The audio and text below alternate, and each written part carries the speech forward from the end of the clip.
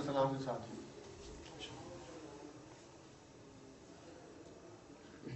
अच्छा, रोड पे जाते हुए अगर कोई एक्सीडेंट हो और हम बहुत इमरजेंसी में हो तो क्या करना चाहिए? इनका सवाल यह है कि कहीं रोड पे एक्सीडेंट हुआ हो, ये देखें, और बहुत इमरजेंसी हो तो हम क्या करें। या बहुत से लोगों को पुलिस का भी डर होता है कि पुलिस हमें क्या सताएगी या किस तरह से करें। लोग देखते हुए निकल जाते हैं एक्सीडेंट को और मदद नहीं कर पाते इसी डर की वजह से। भाई कौन चक्कर में पड़े, कौन सवाल जवाब देगा। आपका कोई भी काम इतना जरूरी नहीं हो सकता जो अल्लाह रब्बुल इज्जत ने सूरह मायदा में बात फरमा दी कि जिसने एक जान बचाई उसने गोया पूरी इंसानियत को बचाया।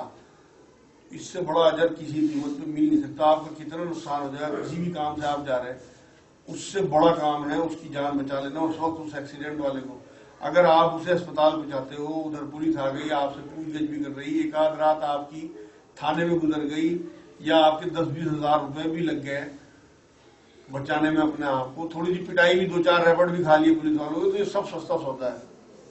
आपको भी एक हदीस आपने सुनी कि अल्लाह रब्बुल इज्जत सबसे ज्यादा मोहब्बत उन लोगों से करता है जो उसके कुनबे यानी उसके अहल यानी उसकी मखलूक से एहसान का मामला करते हैं। तो ये कितना बड़ा एहसान हुआ अगर आप किसी मरते हुए तड़पते हुए इंसान को अस्पताल पहुंचा दो। अल्लाह ने उसकी जिंदगी लिखी होगी तो वो बचना ही है।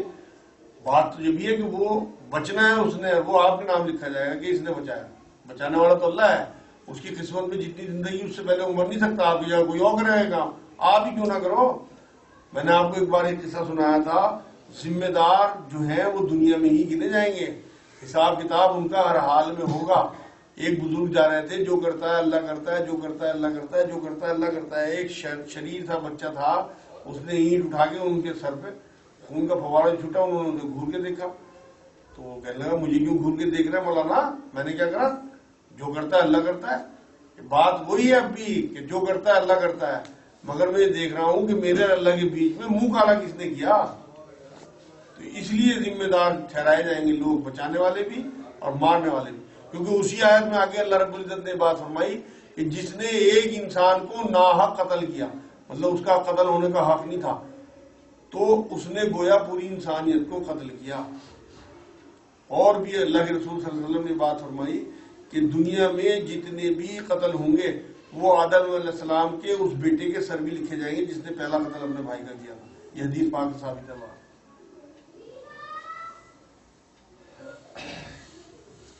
हमारा जो है दीन मुकम्मल है, इस पर हमारा ईमान है, और मुकम्मल का मफहूम थोड़ा सा वजाहत कर दें। और अगर दीन मुकम्मल है उसके बाद भी हम नेकी या इबादत रियाजत के नाम से कोई चीज़ ईजाद करते हैं तो उसकी शरीय हैसियत क्या होगी? इनका सवाल यह है कि दीन मुकम्मल है, मुकम्मल की थोड़ी सी वजाहत चाहते हैं, और उसके बाद जो चीजें लोग इबादत में या अपने अकीदे में जोड़ते हैं तो उसकी क्या वैल्यू होगी। देखो जी, दीन मुकम्मल है अल्हम्दुलिल्लाह। कुरान की सूरह माइदा की आयत में दूसरी तीसरी आयत में अल्लाह रब्बुल इज्जत ने ये बात फरमा दी। आखिरी खुतबे में भी अल्लाह रब्बुल इज्जत ने अपने रसूल के जरिए ये बात हम तक पहुंचा दी कि आज दीन मुकम्मल हो गया। इस जगह, इस घड़ी और इस मौके पे वो आप खुतबा अल्हम्दुलिल्लाह पढ़ते रहते हो, यहाँ भी लगा हुआ है खुतबा। अब आप ये समझो, अल्लाह के रसूल सल्लल्लाहु अलैहि वसल्लम ने ये बात फरमाई कि किसी ने अगर दीन में कोई नई बात शुरू की, गौर व फिक्र करने के बाद अगर वो सही नतीजे पे पहुंचा तो उसे डबल अजर है, और अगर वो सही नतीजे पे ना पहुंचा मतलब जो मुज्तहिद लोग होते हैं वो अगर सही नतीजे पर नहीं पहुंचे तो उन्हें सिंगल अजर मिलेगा। तो इसलिए ये तो बिल्कुल जहन खोल लें आप लोग कि दीन मुकम्मल होने के बाद गौर व फिक्र के दरवाजे बंद हो गए। इसलिए गौर व फिक्र के दरवाजे तो, इज्तिहाद के जो दरवाजे हैं वो खुले रहेंगे। लोग कुरान और हदीस से नई नई चीजें अख्ज़ करते रहेंगे, क्योंकि क़यामत तक कुरान के जो मौजे हैं वो खुलते रहेंगे। सबसे बड़ा मौजा कलाम पाक है। दूसरी बात यह अब रह गया अकीदे का और इबादत का मामला। अकीदा और इबादत वाकई उसी टाइम मुकम्मल हो चुके। अगर उसके बाद इंसान अपनी इबादत में, अपने अकीदे में कोई भी इजाफी कोई चीज जोड़ता है तो वो खुली बिदत है। और बिदत के बारे में कि अल्लाह के रसूल सल्लल्लाहु अलैहि वसल्लम ने बात फरमाई है कि तमाम बिदात गुमराही है और गुमराही दोज़ख में ले जाने वाली है। ये बहुत मशहूर हदीस है, बार बार पढ़ी जाती है खुतबों में। इसलिए अपने अकीदे दुरुस्त रखें। हम मान लो ये जो हम प्रोग्राम कर रहे हैं, या हम कुरान का दर्स कर रहे हैं, या हम कोई और, मान लो ये जितने भी लोग बरेलवी लोग हैं वो जुलूस निकालेंगे इस महीने में, अगर वो वाकई इसे ईमान का हिस्सा समझते हैं और इसकी वजह से अपनी नमाजें ज़ाया करते हैं तो आप यकीन करो बिना हिसाब किताब के दोज़ख में जाने वाली बात है, अल्लाह के दीन के मजाक उड़ाने वाली बात है। हाँ, अगर हम ये समझे कि हम जो अमल कर रहे हैं, जो अल्लाह ने हमारे पास फर्ज पूरे कर दिए 5, उनके अलावा अगर हम जो चीजें कर रहे हैं वो नफली इबादत है और उसमें किसी किस्म का कोई शिर्क का पहलू नहीं है, करते हैं तो हमें अजर मिलेगा, नहीं करते हैं तो कोई गुनाह नहीं है। अगर ये अकीदा आपका है तो बिल्कुल आपका अकीदा दुरुस्त है, उसमें चाहे आप कोई सा भी अमल कर रहे हो। लेकिन जहां आपने मान लो 5 नमाजें अल्लाह और उसके रसूल की तरफ से फर्ज है, जहां आपने छठी नमाज जोड़ी, अगर आपने वही अहमियत तहज्जुद की नमाज को दे दी जो आपकी फजर की नमाज, तो आप फंस गए बिदअत में। किसी कीमत पे तहज्जुद किसी भी कीमत पे, हालांकि कितनी मुशक्कत वाली नमाज है, वो फजर के बराबर नहीं हो सकती, जोहर के बराबर नहीं हो सकती, असर के बराबर नहीं हो सकती। इसी तरह से कितने ही आप पूरे साल नफली रोजे रख ले या आशुरा के रोजे रख ले, वो किसी भी कीमत पे रमजान के एक रोजे के बराबर नहीं हो सकते।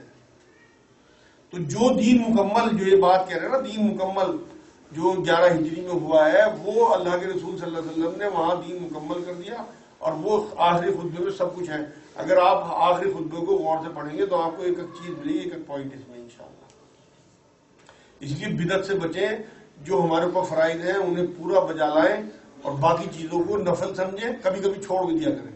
मान लो अगर आप यहाँ किसी दिन नहीं आ रहे तो ये ना समझे मेरा नुकसान हो गया, मेरा तो ईमान खराब हो जाए, बिल्कुल नहीं। आना बहुत सवाब का काम, ना आना कोई गुनाह नहीं। ये उर्स वगैरह करते हैं क्या बोलते हैं? कोई साबित नहीं है ना अल्लाह के रसूल सल्लल्लाहु अलैहि वसल्लम से इस तरह का मनाना उर्स। अगर साबित हो और अगर वहां पे बिदअत वाला कोई मामला, इस तरह का शिर्क वाला मामला हो तो ठीक है। उर्स में खाना वाना चलता है, वहां पे लंगर वगैरह चलते हैं। हुजूर ने बात फरमाई कि तुम्हारे मालों पे सबसे ज्यादा हक तुम्हारे रिश्तेदारों और तुम्हारे पड़ोसियों के। तो फिर अगर आपको देगे उतरवानी, उर्स अपने घर में मनाओ ना। अल्लाह के रसूल सल्लल्लाहु अलैहि वसल्लम पूरे महीने उर्स मनाओ, दे गरीबों को, अपने मोहल्ले के, अपने पड़ोसियों के। ये मन्नतें मानते हैं, कोई चदरें चढ़ा रहा है, कोई खाना बनवा रहा है, इस तरीके से। हाँ, चद्दर चढ़ा देंगे, बाहर गरीब ठुठुरते रहेंगे बिना कपड़ों के। कैसे चद्दर कबूल कर लेगा अल्लाह में? मैंने शुरू में कहा, माज अल्लाह को बुद्धू कोई नहीं बना सकता। अल्लाह हमारे दिलों के हाल जानता है, हमारी इंटेंशन जानता है। इसलिए चादर चढ़ाने वाले भी ये बात समझ लें, अगर उन्हें चादर चढ़ानी तो बराबर की बेवा पे चढ़ावे, उसके यतीम बच्चों के ऊपर लिहाफ डाले, वो है चादर असल। उन्हें तो हमारी फातिहा की जरूरत है जो कब्रों में लेटे हैं। सच्ची बात तो ये है। हाँ जी। एक साहब से मेरी बात हो रही थी, उनके भाई का इंतकाल हो गया था अभी कुछ दिन पहले। तो उनका कहना है कि वो मेरे सपने में आए और उन्होंने कहा मुझे फला जगह मेरे कोई सामान रखा है और इस वजह से मैं फंसा हुआ हूँ, वो सामान लाके फला आदमी को दे दो तो मुझे निजात मिल जाएगी। तो क्या ये हो सकता है? ऐसा? अच्छा, इनका सवाल ये आखिरी सवाल है भी, क्योंकि टाइम ज्यादा हो गया। इनका सवाल ये है, किसी साहब को ख्वाब के जरिए ये बात आगाह की गई कि फला आदमी इस तरह से फंसा हुआ है, उसका सामान वहां फंसा, वो निकाल के फला जगह पहुंचा तो हो जाएगा। बिल्कुल हो सकता है। अल्लाह रब्बुल इज्जत बख्शने के बहाने ढूंढता है। अगर इस जरा सी बात की वजह से वो फंसा हुआ है तो अल्लाह रब्बुल इज्जत ने ही अपने किसी इल्हाम के जरिए, उसे ख्वाब के जरिए बात आगाह कर दी कि तेरा भाई फंसा हुआ है, ये काम कर दे, वो बच जाएगा। ये अल्लाह रब्बुल इज्जत की रहमत का एक नमूना है और ये होता है। नहीं, उनका कहना है कि मेरा भाई खुद मेरे ख्वाब में आए, कहा वो मुझसे। किसी भी जरिए से, रूह कोई नहीं पलट के आ सकती। कुरान ये कहता है कि रूह जो एक बार गई आलम बरज़ख में वो नहीं आती। लेकिन अल्लाह रब्बुल इज्जत के बहुत सारे ढंग हैं। जैसे मैंने आपको सूरह कहफ में खिज़र अलैहिस्सलाम का किस्सा सुनाया था। खिज़र अलैहिस्सलाम अल्लाह की पर्दे वाली मखलूक है, जिसे कभी किसी ने ना देखा, ना सुना, ना कुछ इस तरह का मामला, नाम तक नहीं है कुरान में। तो इसलिए इस तरह की क्या क्या मखलूक अल्लाह रब्बुल इज्जत की है, किस तरह वो ख्वाब दिखाता है, किस तरह इल्हाम डालता है, किस तरह दिलों में वसवसे, किस तरह ख्यालात डालता है, वो उसकी अपनी वो हिकमत का मामला है।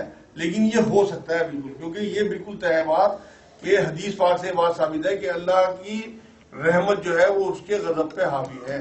तो अल्लाह बख्शने के बहाने ढूंढता है, इन छोटी छोटी बातों में बख्श देगा इंशाअल्लाह। वमा तौफीक इल्ला बिल्लाह। अस्सलाम वालेकुम रहमतुल्लाह। एक सवाल यार इसके बाद सवाल था ना।